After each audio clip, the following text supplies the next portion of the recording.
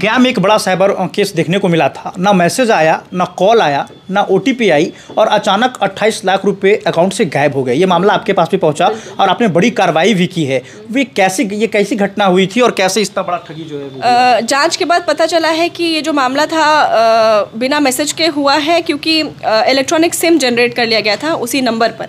जब से आपने साइबर थाने का कमान संभाला है, कहीं ना कहीं साइबर अपराधियों में एक डर का माहौल बना है और लगभग 50 से ज़्यादा लोगों की गिरफ्तारी हुई। हम ये भी जानना चाहते हैं कि अब तक आपने कितने अपराधियों को जो है वो गिरफ्तार किया है। एक रिकॉर्ड ये भी आपका है कि एक बार में 36 लोगों की गिरफ्तारी हुई थी।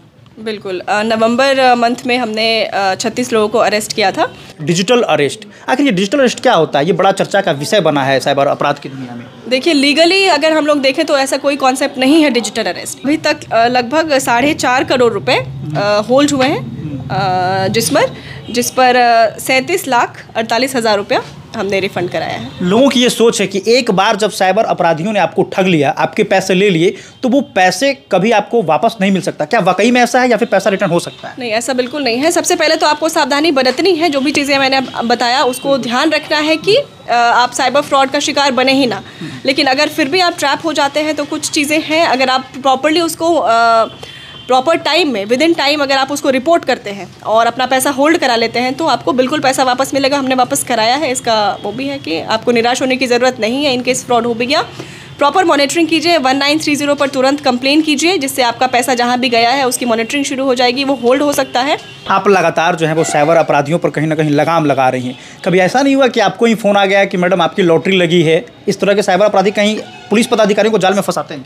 किसी को भी फंसा सकते हैं। आप क्या कर रहे हैं, साइबर अपराधी को ये पता नहीं होता है। वो रैंडमली नंबर्स डायल करते हैं। तो हम लोगों के पास भी काफ़ी कॉल्स आते हैं अनजान नंबर से।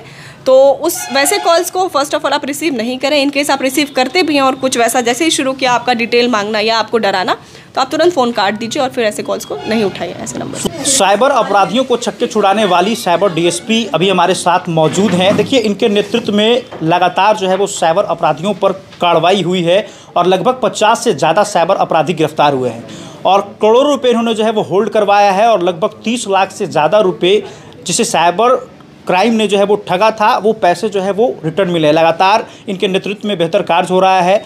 लगातार जो है वो कहीं ना कहीं जागरूकता अभियान भी चलाया जा रहा है, जिससे कहीं ना कहीं देखा जाए तो साइबर अपराध जो है वो अपने मंसूबे में कामयाब नहीं हो पाए हैं। लगातार ये जो है वो कार्य कर रही है। हमारे साथ बातचीत करने के लिए साइबर डीएसपी साक्षी जी मौजूद हैं। सबसे पहले मैडम स्वागत है आपका।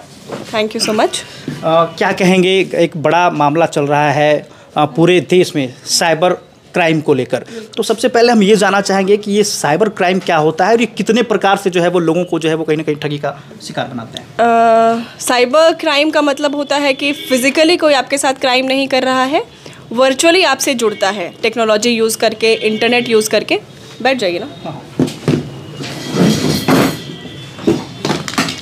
तो वर्चुअली जुड़ता है थ्रू इंटरनेट या थ्रू टेक्नोलॉजी और आपको इस तरह से कन्विंस करता है कि वो कहीं जेन्युइन संस्थान से बोल रहा है। या तो वो बैंक एम्प्लॉय बन जाता है, या तो पुलिस पदाधिकारी बन जाता है, या फिर बिजली विभाग का एम्प्लॉय बनकर कॉल करता है। तो ऐसे विभिन्न तरीके से वो कॉल करने की कोशिश करता है और लोगों को फंसाने की कोशिश करते हैं साइबर फ्रॉडस्टर्स।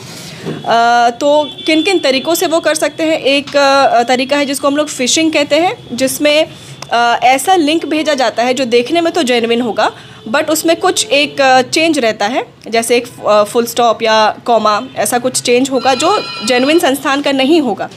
तो देखने में ये हम लोग नहीं डिस्टिंग्विश कर पाते हैं कि ये फेक लिंक है और हम लोग उसको हड़बड़ी में क्लिक कर देते हैं और फिर हम अपना फ़ोन को जैसे हैकर यूज़ करना चाहता है वैसे हम लोग उसको एक्सेसिबल कर देते हैं। दूसरा तरीका है कि APK फाइल्स के थ्रू रिमोट एक्सेस ऐप्स को हमारे फ़ोन में इंस्टॉल करवाकर हमारा फ़ोन का स्क्रीन मिरर करता है और इसके थ्रू फ्रॉड हो जाता है। जैसे कुछ रिमोट एक्सेस ऐप्स हैं, एनीडेस्क ऐप, अवलडेस्क ऐप, टीम व्यूअर ऐप। ये सारे ऐप्स ऐसे हैं, अगर हमने किसी के द्वारा भेजने पर इसको इंस्टॉल कर लिया तो हम जो भी फ़ोन में कर रहे हैं भेजने वाला इसको देख सकता है। तो आमतौर पर हम लोग ये नहीं समझ पाते हैं कि हमें अननोन नंबर से कोई लिंक आया है या APK फाइल है, उसको हम लोग क्लिक करेंगे तो हमारे साथ क्या क्या हो सकता है, इसका सीरियसनेस अभी हम लोग नहीं समझ पाते। तो इसीलिए हम लोग रेगुलरली अवेयरनेस कैंपेन्स करते हैं और हम लोग ये भी बताते हैं कि अनजान नंबर से कोई भी अगर कॉल आपके पास आता है तो एक बार के लिए आपको अलर्ट हो जाना है, हो सकता है वो फ्रॉडस्टर हो।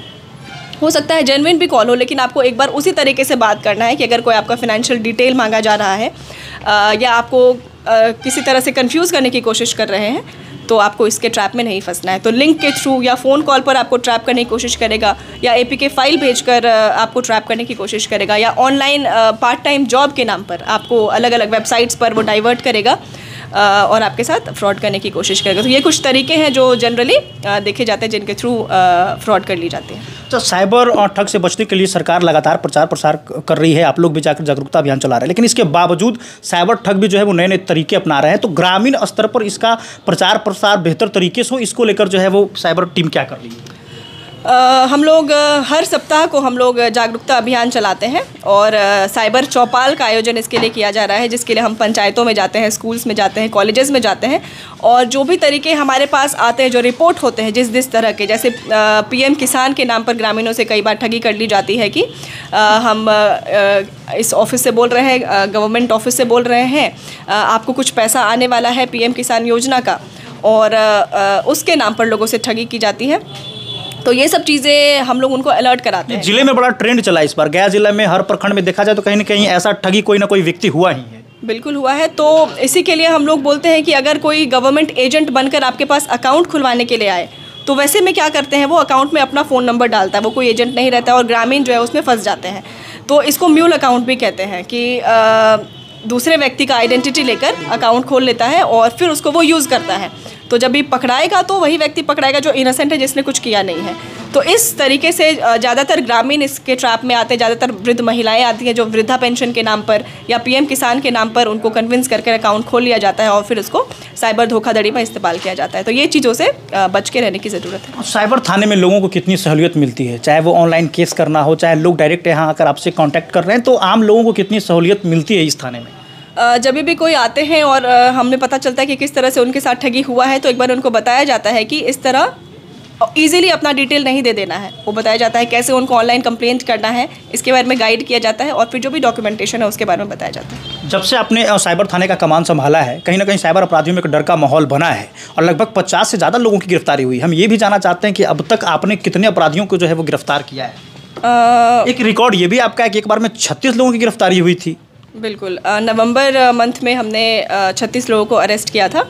ये काफ़ी अच्छा रहा था। ये लोग ऑनलाइन बहुत सारे लोगों को ठग रहे थे, कॉल सेंटर के जैसा बनाया हुआ था इन्होंने। तो हमें इसके बारे में क्लू लगा तो रेड करके इनकी गिरफ्तारी की गई थी। और इस तरह के बहुत सारे लोग हैं जो अभी फ्रीली काम कर रहे हैं और हम लोग इनको ट्रैक कर रहे हैं अपने पोर्टल के थ्रू। ऑनलाइन भी हम लोग इनको ट्रैक करते हैं। हमारे पास मैकेनिज्म है, पोर्टल्स हैं, प्रतिबिंब पोर्टल है, NCRP पोर्टल है, जहाँ पर ऑनलाइन जो भी शिकायतें होती है उसको मॉनिटर किया जाता है। तो उसके थ्रू हम लोग साइबर अपराधियों पर नज़र रख पा रहे हैं। एक बड़ा पॉइंट और बड़ा एक सेंटेंस है डिजिटल अरेस्ट। आखिर ये डिजिटल अरेस्ट क्या होता है? ये बड़ा चर्चा का विषय बना है साइबर अपराध की दुनिया में। देखिए, लीगली अगर हम लोग देखें तो ऐसा कोई कॉन्सेप्ट नहीं है डिजिटल अरेस्ट। ये फ्रॉडस्टर्स के द्वारा बनाया गया एक फेक टर्म है। इसमें क्या किया जाता है कि आपको फ़ोन पर ही पुलिस पदाधिकारी बनकर वीडियो कॉल किया जाता है और आपको कन्विंस किया जाता है कि आपका कोई ना कोई डॉक्यूमेंट फ्रॉड में यूज़ हुआ है या किसी तरह के इलीगल एक्टिविटी में यूज़ हुआ है, और इस तरह से बताता है, डराता है कि लोग जनरली कन्विंस हो जाते हैं। उनको बोला जाता है कि अब आप हमारे निगरानी में रहेंगे, आप किसी और को नहीं बता सकते हैं, और लोग डर कर फंस जाते हैं और पैसा ट्रांसफ़र कर देते हैं। अगर ऐसा किसी के साथ हो तो वो क्या कर सकते हैं? अननोन नंबर से कोई भी पुलिस पदाधिकारी बनकर फ़ोन करे, आपको फ़ोन कट कर देना है, आपको उस पर विश्वास नहीं करना है, और इस तरह की कोई भी चीज़ आए तो आप अपने लोकल थाने में इसकी रिपोर्ट करें कि आपको ऐसे कॉल आया है। कोई भी जो पुलिस का सिस्टम है इस तरह से कार्य नहीं करता है कि आपको फ़ोन करके डराया जाएगा। जो भी आपके पास होगा वो प्रॉपर डॉक्यूमेंट होगा, आपके थाने के माध्यम से लेटर आएगा, जो भी लेटर होगा कि आपको किसी चीज़ में आपका नाम आया है तो आपको प्रॉपर उसमें रिटर्न पूछा जाएगा कि ये चीज़ें हैं, आप अपना उसमें डिफेंस रख सकते हैं। AI की मदद से आजकल काफ़ी फ़ोटो एडिटिंग हो रही है, कहीं ना कहीं लड़कियां ज़्यादा इसके चपेट में जो है वो आ जा रहे हैं, तो ये कैसे इससे बचा जा सकता है? क्या अवेयर करना चाहेंगे आजकल की लड़कियों को?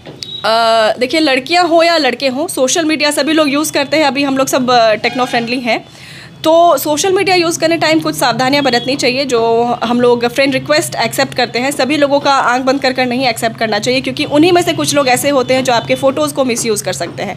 तो थोड़ा सा अपने अकाउंट के सेटिंग्स को आप पब्लिक ना रखें, उसको प्राइवेट रखें, और वैसे लोगों को ही एक्सेप्ट करें फ्रेंड रिक्वेस्ट, उनका ही जिनको आप जान रहे हो या जो परिचित हैं आपसे। ये भी देखने को मिलता है कि कभी कभी अपने लोग, करीबी लोग भी जो है वो इस तरह की हरकत कर देते हैं। तो अगर किसी लड़की के साथ ऐसा होता है तो वो क्या कदम उठा सकती हैं?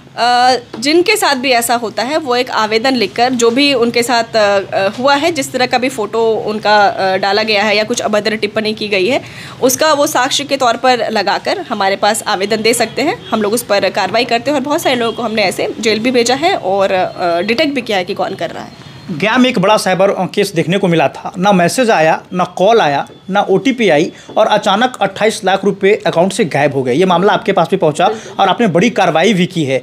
ये कैसी घटना हुई थी और कैसे इतना बड़ा ठगी जो है जांच के बाद पता चला है कि ये जो मामला था बिना मैसेज के हुआ है, क्योंकि इलेक्ट्रॉनिक सिम जनरेट कर लिया गया था उसी नंबर पर।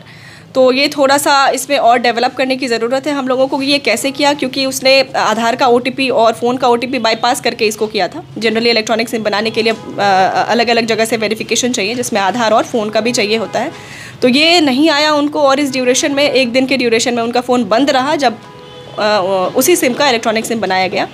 तो इस तरह से ये फ्रॉड का मैटर हमारे सामने आया था। और इस तरह के कुछ और केसेस भी अभी आ रहे हैं कि आपका फ़ोन बंद कराकर, हैक कराकर इलेक्ट्रॉनिक सिम बना लिया जा रहा है। तो साइबर अपराध से बचने के लिए लगातार आप लोग काम कर रही हैं, इसके बावजूद कहीं ना कहीं ठगी हो रहा है। तो क्या ऐसा लगता है कि जो साइबर अपराधी हैं वो पुलिस से ज़्यादा शातिर हो गए हैं?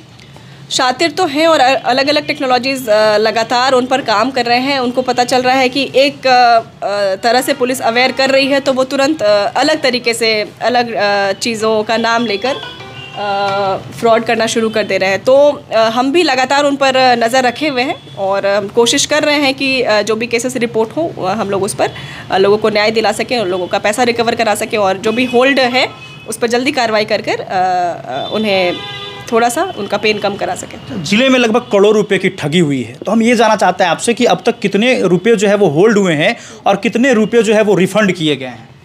डेटा वाइज देखें तो अभी तक लगभग 4.5 करोड़ रुपए होल्ड हुए हैं, जिस पर 37,48,000 रुपया हमने रिफंड कराया है। लोगों की ये सोच है कि एक बार जब साइबर अपराधियों ने आपको ठग लिया, आपके पैसे ले लिए, तो वो पैसे कभी आपको वापस नहीं मिल सकता। क्या वाकई में ऐसा है या फिर पैसा रिटर्न हो सकता है? नहीं, ऐसा बिल्कुल नहीं है। सबसे पहले तो आपको सावधानी बरतनी है। जो भी चीज़ें मैंने बताया उसको ध्यान रखना है कि आप साइबर फ्रॉड का शिकार बने ही ना।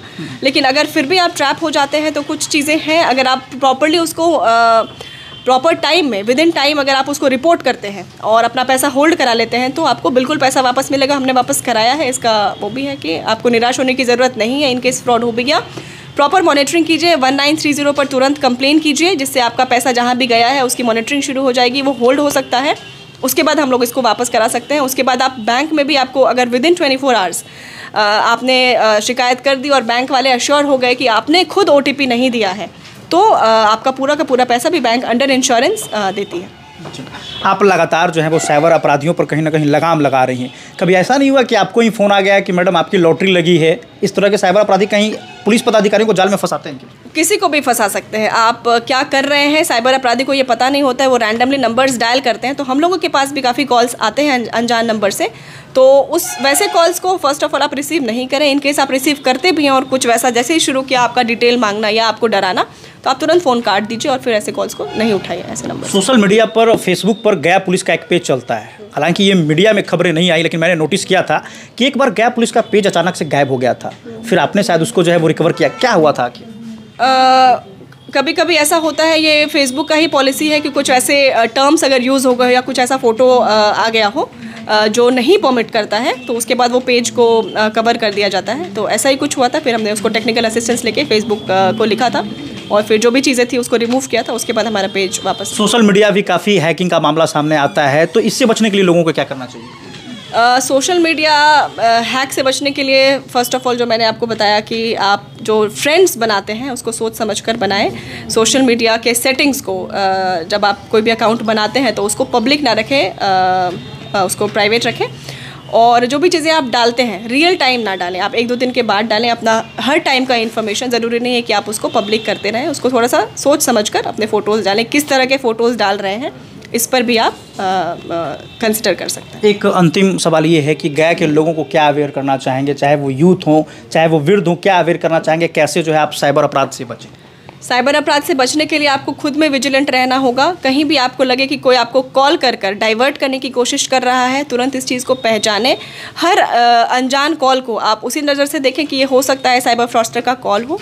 अनजान नंबर पर जब हम लोग कॉल करते हैं, कभी कस्टमर केयर की ज़रूरत पड़ती है, हमें सर्विसिंग की ज़रूरत पड़ती है, तो गूगल पे जो नंबर्स आते हैं उस पर ब्लाइंडली ट्रस्ट ना करें। या होटल बुकिंग के टाइम जो नंबर्स पे हम कॉल करते हैं, वो सारे नंबर्स ऐसा देखा गया है कि कुछ ना कुछ नंबर्स उसमें से फ्रॉडस्टर्स के नंबर्स हैं।